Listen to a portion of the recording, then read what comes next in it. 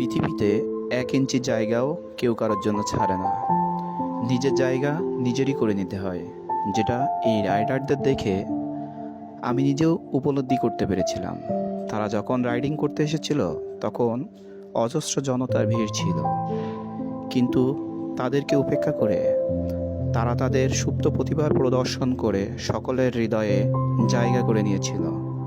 শিক্ষা: নিজেকে জানুন আর ভীত ও শঙ্কিত না হয়ে সুপ্ত প্রতিভাকে প্রদর্শন করুন ও সফলতার স্বর্ণমুকুট নিজের মস্তকে ধারণ করুন।